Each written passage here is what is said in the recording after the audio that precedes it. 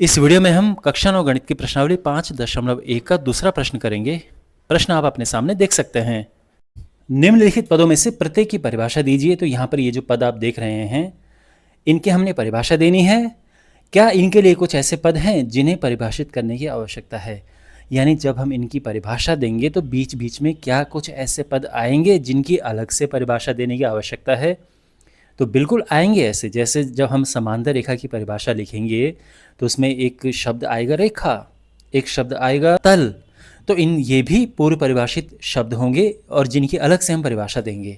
ठीक है, तो एक काम करते हैं, पहले एक एक करके इनकी परिभाषा लिखते हैं और फिर जो बीच में इनके जो पद आएंगे उनको भी हम अलग से परिभाषित करेंगे। ओके, तो सबसे पहले समांतर रेखाएं। समांतर रेखा की क्या परिभाषा है? दो रेखाएं जो एक ही तल में स्थित हों और एक दूसरे को कभी प्रतिच्छेदित न करें समांतर रेखाएं कहलाती हैं।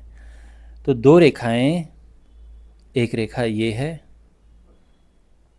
और एक रेखा ये है। ये रेखाएं एक ही तल में स्थित हों और एक दूसरे को कभी काटे नहीं। देखो, ये हैं दो रेखाएं। पहली बात तो ये है कि इनका एक तल में होना ज़रूरी है। क्यों?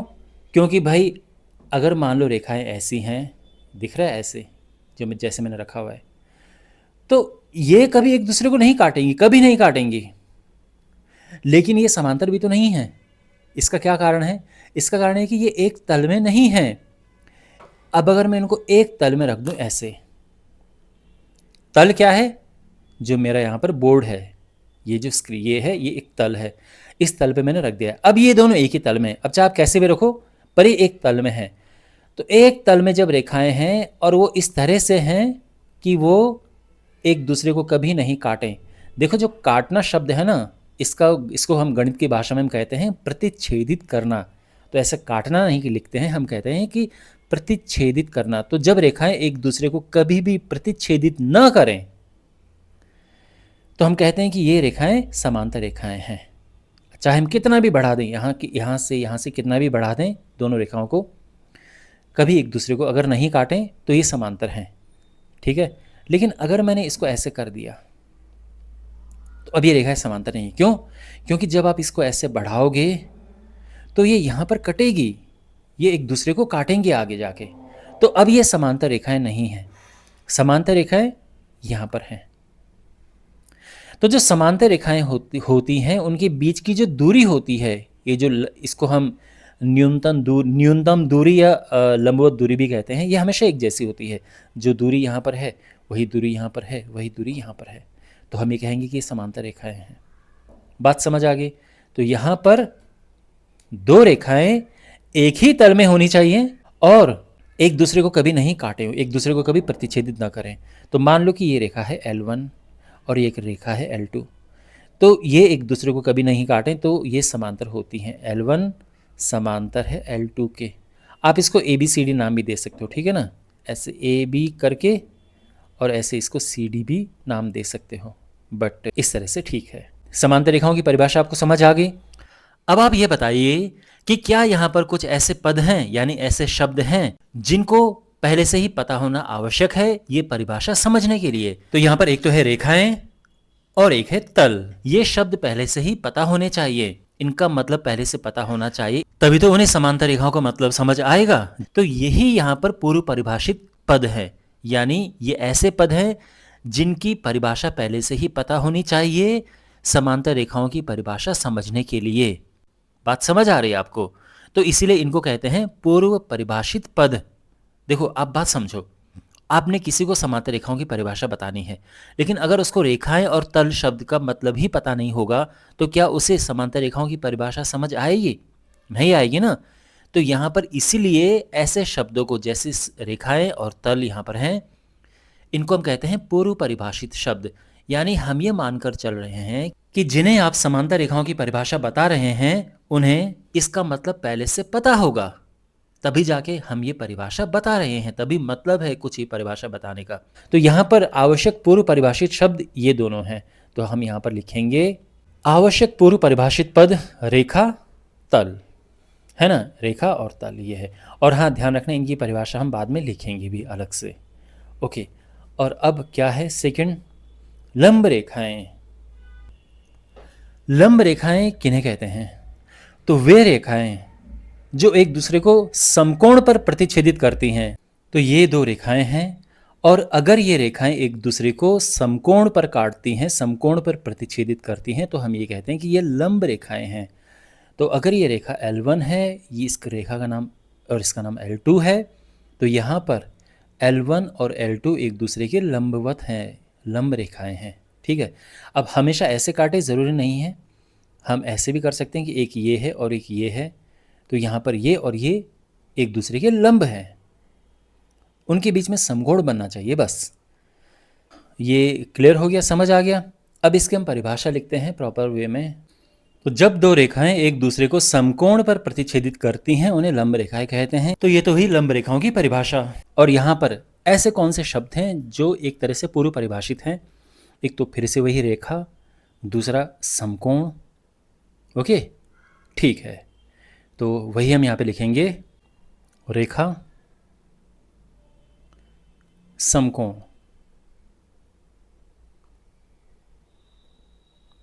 है ना? तो ये समझो कि यहाँ पर ये शब्द ऐसे हैं, ये पद ऐसे हैं जिनकी परिभाषा आपको पहले से ही पता होनी चाहिए। ये पूरी परिभाषा समझने के लिए आपको पता होना चाहिए कि रेखा क्या है, आपको पता होना चाहिए कि समकोण क्या है, तभी तो जाके आप ये परिभाषा समझोगे ना। इसीलिए इन्हें कहते हैं कि आवश्यक पूर्व परिभाषित पद। खैर, ये समझ आ गया। अब है रेखाखंड। रेखाखंड क्या होता है?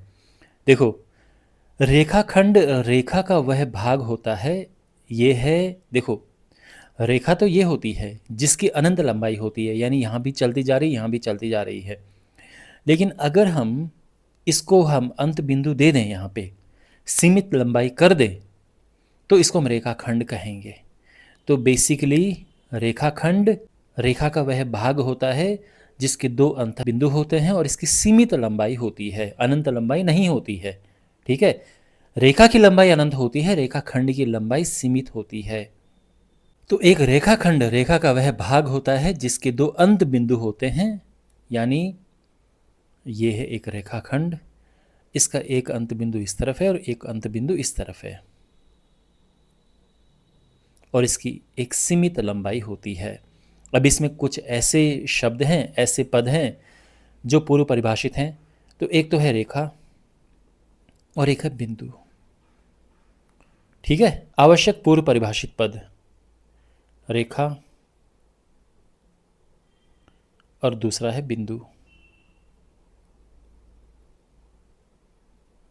ओके, और अगला है वृत्त की त्रिज्या।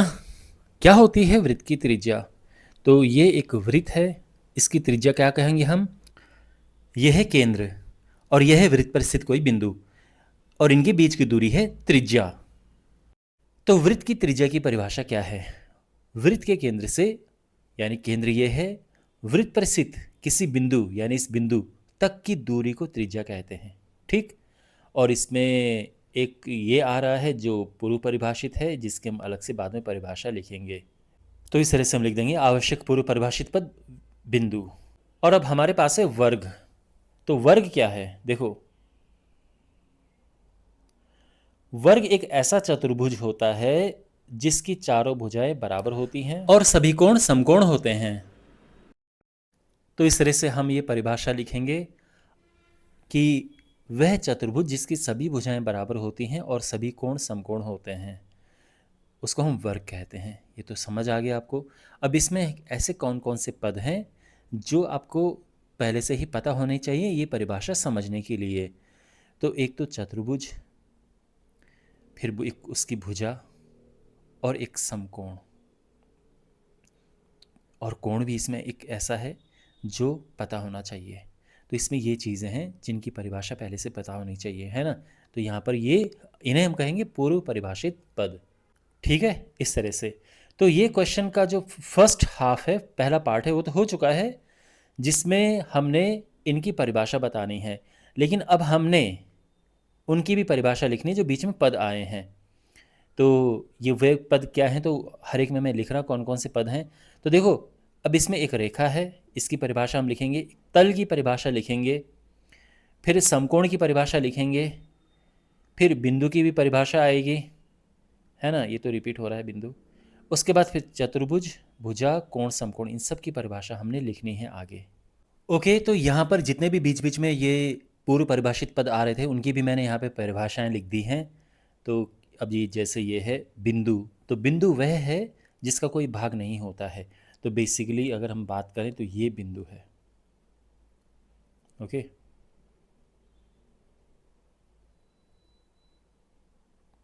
मैं रेड पेन से बना रहा हूँ, आप पेंसिल वगैरह से बना देना। रेखा, एक रेखा चौड़ाई रहित लंबाई होती है, यानी इसकी लंबाई होती है पर चौड़ाई नहीं होती है। और ये जो परिभाषाएं हैं, बिंदु, रेखा, तल, ये सभी परिभाषाएं जो बुक में है वही परिभाषाएं मैंने लिखी हैं। जो परिभाषाएं बुक में नहीं हैं वो फिर मैंने अलग से लिखी हैं। ये रेखा है। तल वह है जिसकी केवल लंबाई और चौड़ाई होती है, ये भी आपकी बुक की परिभाषा है। तो जैसे एक आयत है, ये एक तल है, ठीक है ना, तो इसमें लंबाई चौड़ाई होती है, ये तल है। जैसे आप अपने सामने स्क्रीन देख रहे हैं वो भी एक तल है। आप जो फर्श है, जैसे फर्श वो भी एक तल होता है। मेज़ जैसे वो भी एक तल है। तो इसमें ऐसे लंबाई चौड़ाई होती है। कहने का मतलब है कि लंबाई चौड़ाई के साथ ऊंचाई नहीं होगी। अब जैसे कोई खिलौना है तो वो तल नहीं होगा फिर, क्योंकि उसमें लंबाई चौड़ाई के साथ में ऊंचाई भी आ जाती है। ओके, समकोण, 90 अंश के कोण को समकोण कहते हैं। तो जैसे ये है, ये समकोण है। कोण, दो किरणों या रेखाखंडों के बीच बने झुकाव को कोण कहते हैं। तो किरण में ये कि ऐसे आ जाता है, ये कोण है। अगर हम रेखाखंड की बात करेंगे तो उसमें हम फिर तीर नहीं लगाएंगे, ठीक है ना, तो बस ये, तो बेसिकली ये कोण है। यहाँ पे भी कोई ज़रूरी नहीं कि हमने ये एरो लगाना था। तो अगर मैं ऐसे इसकी बात करूँ तो ये भी समकोण है। चतुर्भुज, चार रेखाखंडों से बनी एक बंद आकृति को चतुर्भुज कहते हैं। तो कोई बंद आकृति है,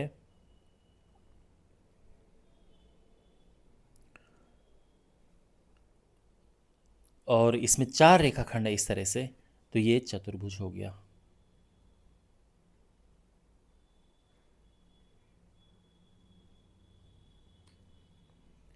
और भुजा, भुजा एक प्रकार का रेखाखंड होता है जो किसी बहुभुज यानी त्रिभुज या चतुर्भुज का भाग होता है। तो जैसे कोई त्रिभुज है तो इसका ये रेखाखंड, इस रेखाखंड, ये भी रेखाखंड, ये भी रेखाखंड है, तो ये सभी भुजाएं हैं। इसी प्रकार से अगर मैं किसी चतुर्भुज की बात करूं तो चतुर्भुज में अगर मैं जैसे मैं, तो ये एक रेखाखंड है और ये एक भुजा है, ये है ना। तो इसमें जैसे इसमें ये भुजा है, ये भुजा है, ये भुजा है, ये भुजा है, ठीक है ना, इस तरह से, तो ये भुजा है। तो ये मैंने सभी की परिभाषाएं यहाँ पे लिख दी हैं, और इस तरह से हम एक क्वेश्चन कंप्लीटली सॉल्व, अब ये हो चुका है, ऐसे हम इसको करेंगे। तो बेसिकली इसमें क्या था, इस क्वेश्चन में हमारे पास ये पद दिए थे जिनकी परिभाषाएं लिखनी थी, वो हमने लिख दी थी। और बीच बीच में परिभाषा में ऐसे जो शब्द आ रहे थे जिनकी हमने अलग से परिभाषा लिखनी थी, तो वो भी हमने अलग से लिख दी। जैसे रेखा हो गया, तल हो गया, है ना। तो जो जो बीच में आए हैं, रेखा, समकोण, इन सभी की मैंने यहाँ पे परिभाषाएं अलग से भी लिख दी हैं। तो आई होप आपको ये क्वेश्चंस अच्छे से समझ आए होंगे।